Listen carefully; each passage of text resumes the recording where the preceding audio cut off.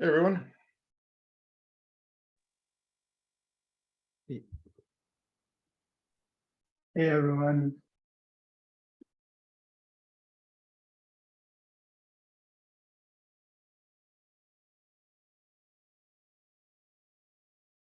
Give it 1 more minute, see if anyone else joins.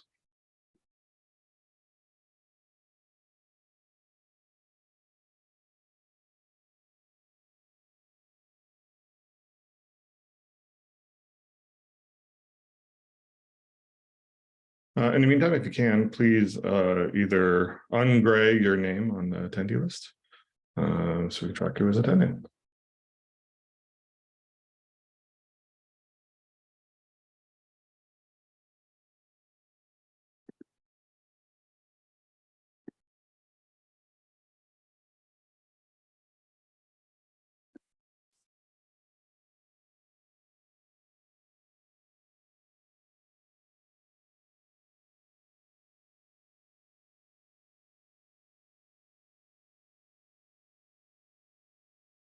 All right, let's get started. So hello, my name is Ian Dunbar Hall. I will be your facilitator for this meeting. If you haven't already, do please I guess ungray your name so we know who attended. Reach out to me if you don't have permissions out of this doc, and I'll do it for you. So let's start out with introductions. Anyone new who has not attended this meeting before want to speak up and give an idea of who you are and what you're working on?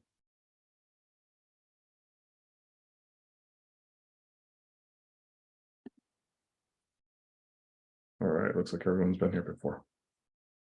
All right, first on the agenda is project updates. Is there anything from All Stars or from Scorecard? Either group want to speak up?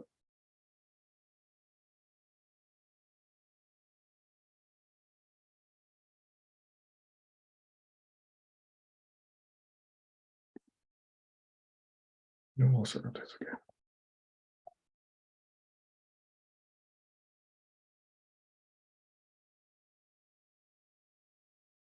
All right.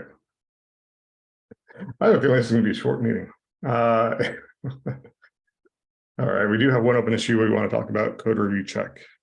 So it looks like there's a discussion about using AI to review code and helping projects with single maintainers.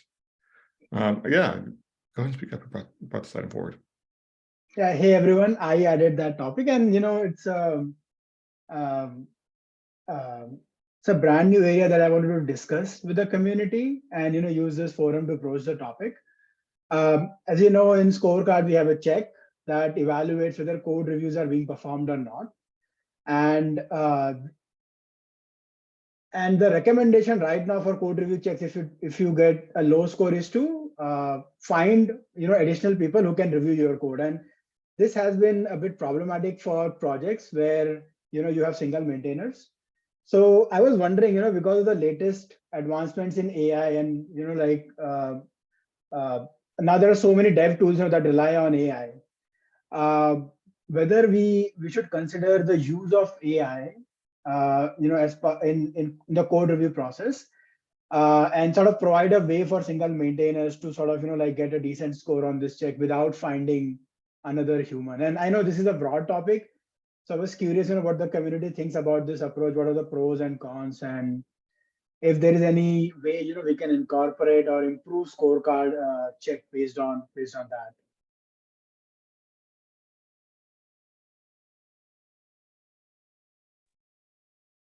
It looks like many of the core maintainers are on the call today, but I think that's a pretty interesting take. I was recently looking at something that SemGrep did, which is sort of similar, where they were looking at using their static code analysis on GitHub PRs and then sending that off to ChatGPT to determine false positives or propose patches for issues that were found by SemGrep. And I do think that could eventually become certainly a better than nothing check, right? Like maybe it's not the same as a human review. I think the big concern there is one of the intents of that check is to prevent someone from putting malicious code into the code base, that a good actor looked at it and said, this isn't somebody trying to put malicious code in. And do we really have a good feel that AI is solving that, I guess, and making sure that there isn't someone that is intentionally corrupting the code base? Yeah, I think that's a good point. And the idea here is that, if we can actually figure out all these concerns, and if there is a way to address these concerns, I think this would be a great vehicle to help maintainers, especially the ones that actually manage a project by themselves. So since we don't have core maintainers on the call, I'll also go ahead and create an issue to sort of discuss this offline. Yeah, we were in a call earlier today with some folks from CNCF, and I know that it sounds like they're going to come out with a position on this topic. I think there's some fundamental concern about IP, and if LLMs are going to introduce GPL code and into things, that's going to be a problem. So I guess it's kind of outside the scope of security, right, and providing security guidance, but I could foresee even some program or some projects trying to say, like, we do not want to see code from this if it becomes a license issue. Yeah, and in this case, the recommendation is to not use AI to author code. It is to review, the code being produced by human users.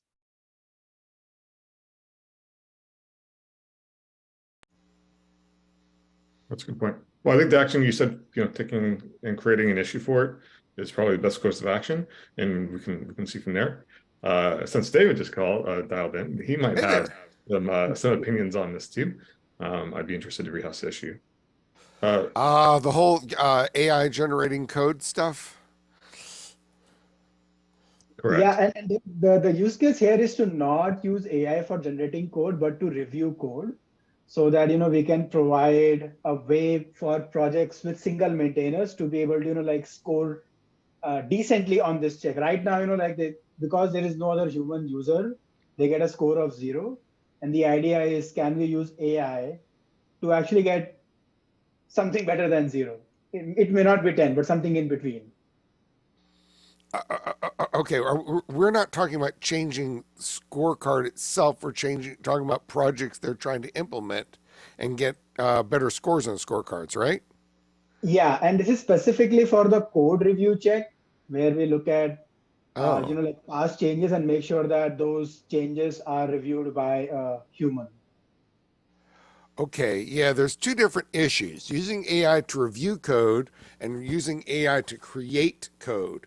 I don't know how in the world Scorecard could detect the use of AI to create code. I realize it's not exactly what the text says here. There are some efforts to try to detect it. I think that's a losing battle, and I don't even think we should try to go there. As far as using AI to review code, I don't think Scorecards should prevent it. The question here is, does that count as a review of code? I would think the answer should be no. Unless we've got good evidence that the AI is very, very good at reviewing code. There are currently, we don't accept code review from other kinds of tools. If you run a static analyzer and a fuzzer, those are obviously highly encouraged behaviors. But I would view running an AI as another kind of static analysis tool. And should you use a static analyzer? Yes. Is that a human review? No. And so maybe we need to clarify that. But now, so far, the reviews that I've seen is that the AIs are terrible at finding vulnerabilities. They're nowhere near as good at least now. Careful here, because the problem here is I'm speaking about AI stuff, and I think we all know, don't blink, there's a change. I think there's arguments to be made that 2023 was the end of the Industrial Revolution and the beginning of the AI revolution. We will ask me in 50 years if I'm around then. But right now we don't have very good evidence that they're any good at it. Right now, the evidence is that they're remarkably better than they used to be at generating code, but they're still terrible at reviewing and finding vulnerabilities in it. So until that changes, I think we should treat them just like any other static analysis tool. Yeah, Sorry for the that's long a- answer to the simple question, but I'm thinking out loud what the answer, what I think the answer should be. So you're watching me think through the process. Have I convinced anyone or not? I think one of the interesting things that I brought up before you got on was there has been some, I think, sort of interesting work in taking a static code analysis tool and having it find, say, vulnerabilities or problems in the code, and then sending those to ChatGPT or another AI tool to weed out false positives. So, like, does this appear to be a false positive or not based on a large Right. amount of data, or to, if there is a positive, then to propose a fix for that as part of the merge request. And I think there's some fairly interesting work there.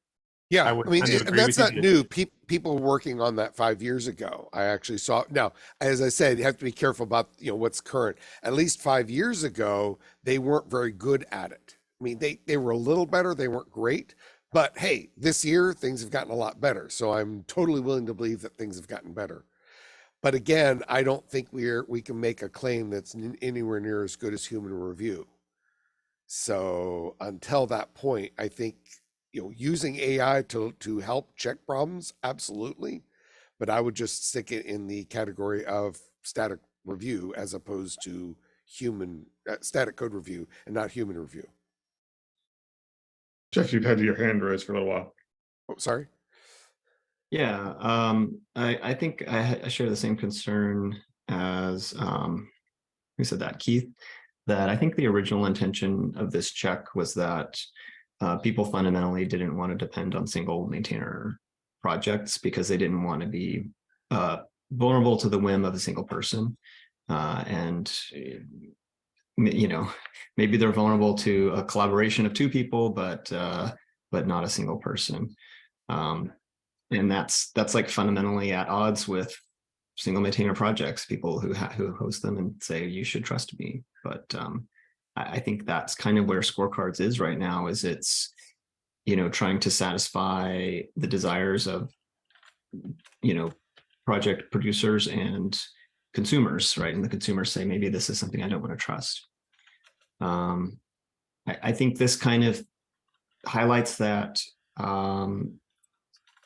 consumers of Scorecard or Scorecard scores should be able to customize their consumption. So if I do trust single maintainer projects, maybe I could get Scorecard scores via an existing database, with my own filter on it or something like that, to show that I don't worry about the code review score.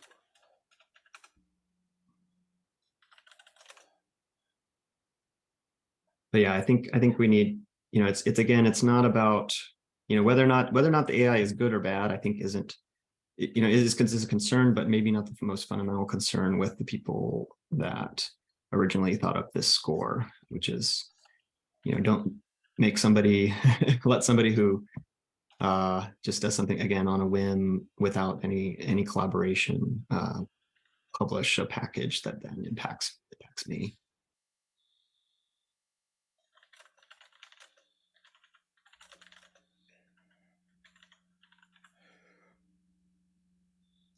You know what? I think Jeff and I came at this with different approaches, but I think we end up with the same answer.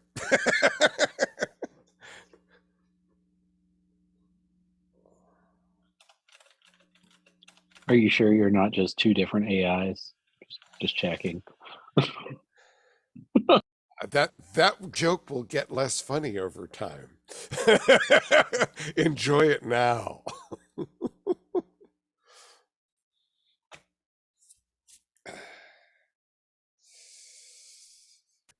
All right, well, I think getting an issue out there sounds like a good first start. Since I think most of the core maintainers are not on the call today, it'd be good to get them to weigh in. Jeff, I think that sounds like a great idea. And David, thank you for your thoughts. Any other items before we go to the summary?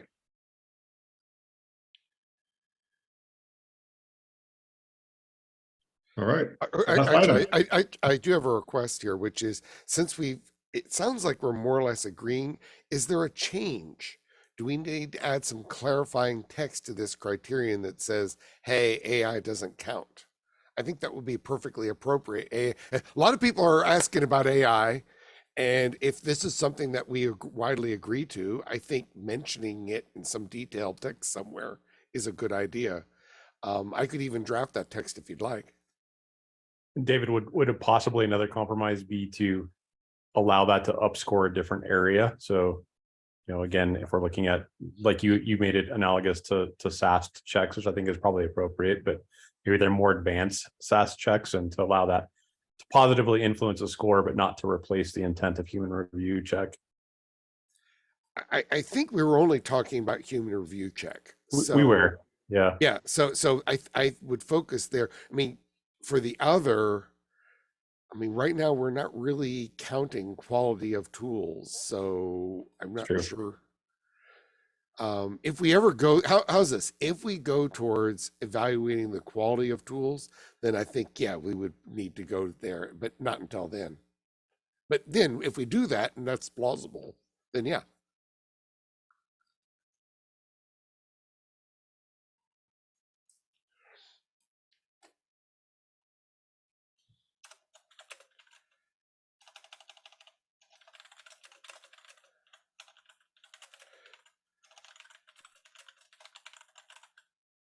All right.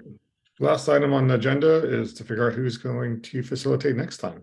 Do we have any volunteers?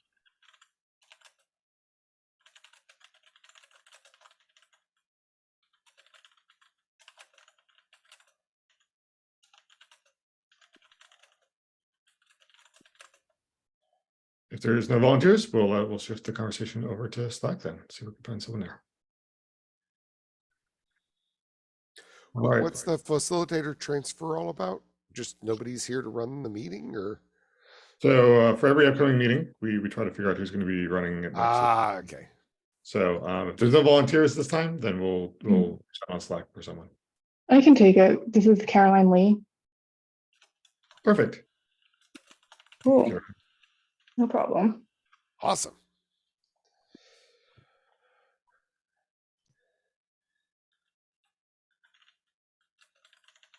All right. With that, we'll call it good. Thanks, everyone.